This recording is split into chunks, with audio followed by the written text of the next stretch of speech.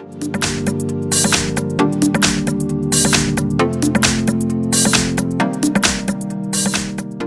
I've got iPhone XR clone, and let me show you how to allow unknown sources on the following device.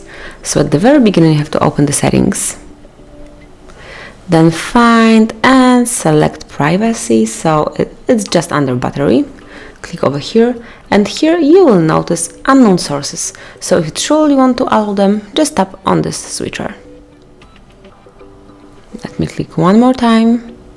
Now you have to confirm that you want to do it, because your phone and personal data are more viable to attacked by apps from unknown sources. If you truly want to do it, if you truly want to agree that you are solely responsible for any damage to your phone or loss of your data, just tap on OK.